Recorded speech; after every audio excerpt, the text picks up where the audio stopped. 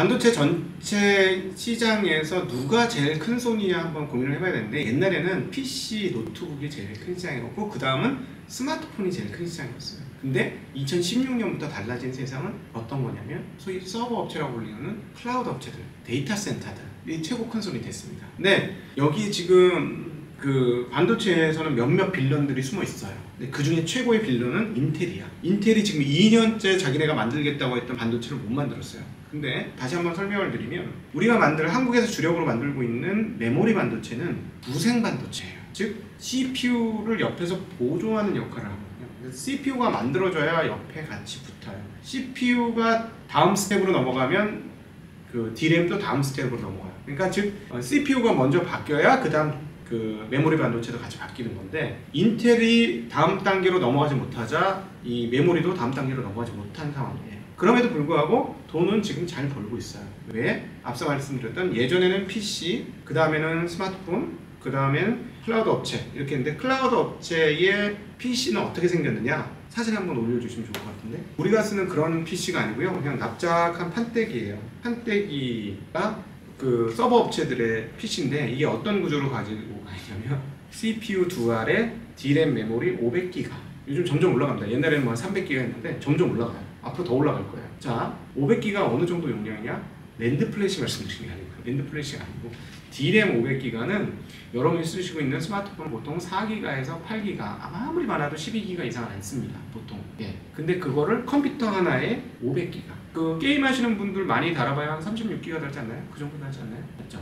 게임을 잘 안 해서. 게임용 고성능 PC에 박는 D램이 32기가에서 뭐 많아봐야 뭐 40기가대에 넘지 않겠죠. 근데 PC 하나에 500기가를 달아요. 그거를 칸칸이 넣는 게 클라우드 업체의 컴퓨터입니다. 자, 2016년 이후 삼성전자가 그렇게 성장한 이유, 하이닉스가 그렇게 성장한 이유가 바로 여기에 있죠. 근데 이제 얘네들이 업그레이드를 준비하고 있는데, 목표는 CPU가 바뀌어야 되죠. 두 알을 박아야 되는 그 CPU가 바뀌어야 되거든요. 인텔에서 사파이어 래피즈가 나와야 되는데 2년째 지금 지연이 되고 있어요. 근데 아마도 이번에 4분기는 분명히 나올 것 같습니다. 왜냐면 설계 문제가 아니라 그 수동소자 관련 문제로 못 나오고 있다 라고 언급을 했기 때문에, 요거는 마지막에 조율을 좀 하면은 고쳐지는 부분인 것 같아요. 설계는 새로 싹 다 갈아엎어야 되니까 얼마나 시간이 걸릴지 모르지만, 이거는 조정을 하면 되는 거라서 아마 4분기는 될 것 같고, 그렇게 되면 이제 늘어날 것 같고요. 반도체는 내년도에, 반도체는 항상 우리 생각해 보면 용량이 내년에 줄어드나요? 늘어나나요?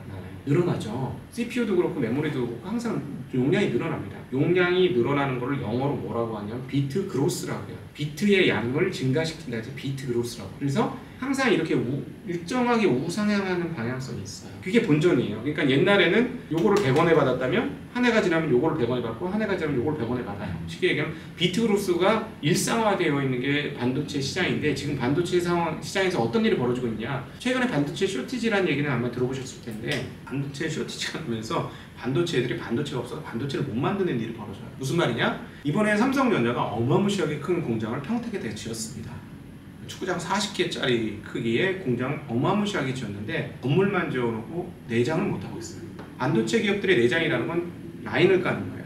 근데 라인은 뭘로 까냐면 장비와 장비를 연결해 주는 걸 라인이라고 합니다. 근데 이 장비가 안 만들어져서 장비를 못 깔고 있어요. 랜드만 깔았고 다른 쪽을 못 깔고 있어요. 왜? 장비가 공급이 안 돼요. 대표적인 게 ASML이라는 회사죠. 네덜란드의 유명한 증착기 회사인데요. 노광기, 죄송합니다. 노광기 회사인데요. 이게 공급이 다 안 돼요. 그럼 이건 무슨 말이냐? 내년도에 앞서 말씀드렸던 비트 그로스가 꺾일 수도 있다. 근데 지금까지 나온 얘기, 한국에서 나온 얘기는 뭐냐면, 반도체 수요량이 줄어드니까 반도체 업체들은 이제 힘들 거야 라는 얘기가 되는데, 제가 보기에는 4분기 이후부터는 상황이 좀 달라질 수 있을 것 같습니다. 그래서 현재 상황이면 저 같으면은 버텨야 되는 상황 아니냐. 반도체 주식을 갖고 있으신 분은 버텨야 되는 상황인 것 같고요. 이에 대해서는 앞서 그 반도체 업황 얘기 들으면서 인텔의 사파이어 래피즈가 나오게 되면 D램의 출하량은 분명히 늘어날 겁니다. 왜냐하면 여기서 말하는 출하량이라는 건 양이 아니고 가격 기준입니다. 왜냐하면 DDR5로 바뀌기 때문에, DDR5로 바뀌면 가격이 30-40% 더 올라가게 될 거예요. 그렇기 때문에 가격이 높게 형성되면서 마진이 유지가 되는 그런 상황들이 오게 될 것이고요. 그 다음에 아까 말씀드렸던 클라우드 업체한테 제일 비싼 비용은 컴퓨터 바꾸는 비용이 아니라 전기 비용입니다. 전기 비용을 어떻게 하면 깎을 수 있는지 여부가 클라우드 업체들한테는 중요해요. 그래서 가끔 여러분 이런 거 들어보셨는지 모르겠는데 클라우드 업체가 어디 저 추운 나라에다가 동굴을 파가지고 클라우드 공장을 만든다 이런 얘기 들어보셨을 거예요. 왜냐하면 열이 어마무시하게 나요. 이 열을 식혀줘야 됩니다. 그래서 이 열은 뭐냐면 전기가 열로 변환되는 거거든요. 그래서 우리는 일종의 다른 데에서 물건 살 때 가성비라고 하는데 여기는 전성비라고 합니다. 전력 대비 성능 이걸 따지는데 사파이어 RPG가 아무리 비싸도 전성비가 좀 무조건 쓰게 돼 있습니다. 그리고 DDR5가 전성비가 좀 무조건 쓰게 돼 있어요. 그래서 이쪽 애들은 전기의 비용이 크기 때문에 그 업그레이드에 대한 욕구는 항상 있습니다. 전성비가 좋아지는 쪽으로. 그래서 아마 올해 후반 끝자락부터는 이게 가시화될 가능성은 이제는 너무 높아졌고 2년을 속았기 때문에 저희가 그래서 그런 측면에서 삼성전자는 내년도에 실적이 유지될 수 있는 부분이 분명히 있습니다. 반면에 이제 스마트폰에서 올해 너무 부진했는데요. 안드로이드 전체가 위기라고 봅니다. 그래서 이 위기가 쉽사리 돌파될 것 같지는 않은데 일단 개수로 2년 연속으로 굉장히 큰 폭으로 줄여서 내년까지 줄지는 그건 조금 좀 의문이에요. 그거는 좀 봐야 될 것 같고 근데 이거 안드로이드 폰 문제는 삼성 혼자서 해결할 수 있는 문제가 아닙니다. 이거는 퀄컴이라든가 구글과 같이 해결해야 되는 문제인데 이 부분은 그래서 삼성전자 혼자 해결할 수 없는 영역이다 이렇게 보면 되겠고요. 파운드리라는 영역이 있습니다. 앞서 그 반도체 이야기를 들으셨던 분들 기억하시면 좋을 게 크게 반도체는 계산을 해주는 시스템이 있고 저장을 해주는 메모리가 있는데 그 두 개를 만들어주는 공장 역할을 하는 파운드리가 있다라고 했는데 세계에서 제일 큰 파운드리 공장은 대만의 TSMC예요. 두 번째로 큰 공장이 삼성전자입니다. 이거는 아까 말씀드렸던 메모리하고는 전혀 갈라쳐서 생각하셔야 돼요. 그래야 이해가 되는데 이 부분은 아직까지 삼성전자에서 매출액에서 차지하는 비중은 크지 않습니다. 단 성장 동력은 될 수 있죠. 왜냐하면 TSMC가 어떻게 컸는지 우리는 분명히 잘 알고 있거든요. 그러나 이제 큰 차이 중에 하나는 뭐냐면 TSMC는 소품종 다량 생산을 해주는 강력한 고객사가 있습니다. 바로 애플이죠. 칩 하나에 1억 개씩 만드는 회사가 있어요. 그러니까 단일한 품종을 이렇게 많이 만들면 가성비가 나오는 거죠. 마진이 높게 형성될 수 있어요. 그렇게 된 데는 몇 가지 이유가 있겠습니다만 일단 이쪽에서 그 패키징 기술이 좋았기 때문에 그렇게 됐는데 삼성이 그 부분에서 좀 밀렸죠. 그러면서 이제 어렵게 된 건데 이번에 삼성전자가 처음으로 3나노 공정인 게이트 올 어라운드 공정을 도입을 했습니다. 물론 아직까지 그 수율은 높지 않아요. 근데 이제 시작이 된 거니까 삼성전자가 잘하는 게 시간이 지나면 업무 능력이 향상되는 거. 공정 능력이 향상되는 건 삼성전자의 특징적인 장점 중에 하나입니다. 그래서 앞으로 공정 능력은 향상이 될 것이고요. 그렇다면 3나노가 그 최적이라고 하는데 면적의 상승폭은 그렇게 크진 않아요. 근데 전성비가 좋아요. 앞서도 말씀드렸지만 전성비가 중요한데 이 부분이 잘 자리를 잡는다면 떠나갔던 탑티어 고객들을 다시 불러들일 수 있어요. 즉 퀄컴이나 엔비디아 이런 쪽이 AMD 이런 쪽이 돌아올 수 있어요. 그래서 만약에 그게 돌아오는 뉴스가 들린다면 이거는 주가의 추가적인 옵션 상황이 됩니다. 이거 자체의 이익은 삼성전자한테 크진 않지만 추가적인 옵션 상황이 될 수 있는데 이거는 내년도에 한번 지켜보자 라는 측면이고 요거까지 터지게 되면 올해 곤란을 겪었던 분들은 좀 흥미로운 주가 흐름들을 볼 수는 있을 것 같고요. 단 지금은 삼성전자 자체의 문제가 아니다. 현재 주가는 이거는 전 세계 IT 수급의 문제다. 팔 수 있는 주식이 삼성전자니까 전 세계 IT 업황에 대해서 안 좋게 보면 삼성전자부터 때린다.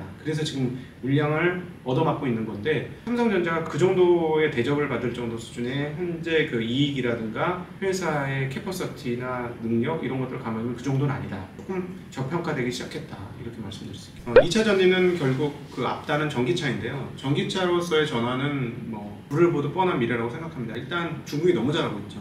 중국이 올해 550만 대를 넘을 것 같습니다. 지난달 전기차 생산량이 한 달에 57만 대였습니다. 어마무시한 생산량을 뽑아내고 있어서 현재 추세로 한 달에 57만이면 연간 기준으로 연환선으로 치면 600만 대가 넘거든요. 그래서 지금 중국은 경기도 안 좋기 때문에 자동차 사라고 권유하면서 세금 혜택을 주는 이런 일들이 계속 있어서 그리고 신재생 자동차에 대해서는 드라이버가 상당히 걸려 있습니다. 그래서 전기차의 생산 대수는 굉장히 빠른 속도로 늘 것이고요. 그리고 테슬라가 중국 상하이 공장이 지난달에 생산 대수가 7만 8천 대가가 되었습니다.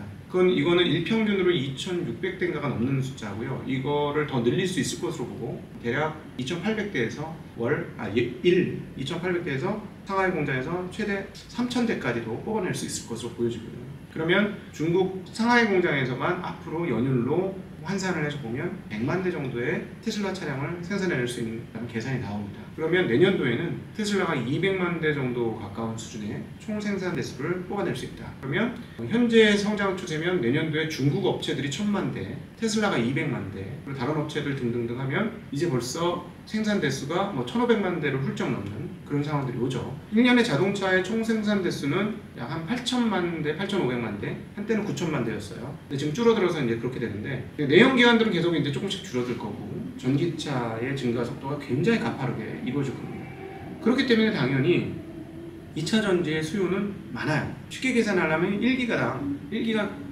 1기가 와트 아워당 자동차, 전기차를 한 10,000대 만든다. 이렇게 계산하면 굉장히 쉽다. 이렇게 계산하실 수 있는데 제가 앞서 2천만 대까지 예상을 해본다면 2천만 기가죠. 2,000기가죠. 2,000기가. 2,000기가까지는 2차 전지의 수요가 아주 빠르게 늘어날 것이고 그 이후까지도 계속 늘어날 것인데 저는 이렇게 생각합니다. 문제는 뭐냐면 그럼 마진이 느냐. 이게 문제인데 지금 말씀드렸듯이 굉장히 가파르게 올라가니까 설비 증설을 계속 해야 돼요. 이는 설비 증설에 의한 감가상각이 계속 이루어져야 된다는 얘기가 되죠. 그러면 이건 또 무슨 말이냐? 마진율이 잘 안 나올 것이다. 그래서 셀 업체들에 대해서는 개인적으로 조금 부정적입니다. 소재 업체들은 괜찮은데요. 영업이익이 꽤 높게 나오고 있어서 걔네들은 괜찮긴 한데 가격 평가를 상당히 많이 받았다. 그래서 저는 항상 그 일반 투자자들한테 드리는 말씀 중에 하나가 뭐냐면 사람 많은 곳에 가지 마라 이런 말씀 드려요. 사람 많은 곳에 왜 가지 말라냐면 사람 많이 모인 곳은 이미 가격 평가를 상당히 많이 받은 영역일 가능성이 높다. 만약에 주변 사람이 다 2차 전지 한다면 조금 고민을 해봐야 되지 않냐. 왜냐면 우리 작년에 카카오 할 때 그 이후의 흐름들 알고 있고요. IPO 했던 기업들, 크래프톤이나 하이브나 이런 것들 막 난리를 치고 했을 때 열광했었는데 지금의 후폭풍이 지나고 난 다음에 지금의 주가를 보면 알 수 있듯이 만약 2차 전지가 지금 열광의 순간이라면 주가는 상당히 평가받았을 수 있다. 개인적으로는 셀 업체들의 영업이익률이 12% 이상 올라가기는 매우 어려울 것이다. 감가상각을 계속 해줘야 되고 설비 증설을 해줘야 되기 때문에 그런 상황에서 한국의 일반적으로 기업들이 받는 이익 대비 배수보다 5배, 10배 비싸게 거래될 수 있다는 걸 장담을 못하겠다는 거죠. 그래서 그런 측면에서 전기차의 전망은 굉장히 좋게 봅니다. 그래서 전기차와 관련된 기업들이 잘 될 거라고는 생각을 하는데 이미 2차 전지는 그런 측면에서는 사람들의 눈에 다 띈 이미 과거의 얘기가 아닐까 하는 생각을 가지고 있습니다.